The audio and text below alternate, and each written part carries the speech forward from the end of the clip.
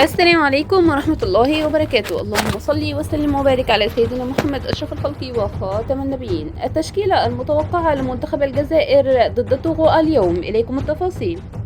يخوض المنتخب الجزائري مباراة ودية مع منتخب توغو بالعاصمة لومي قبل انطلاق بطولة كأس الأمم الإفريقية التي تنطلق بعد أيام.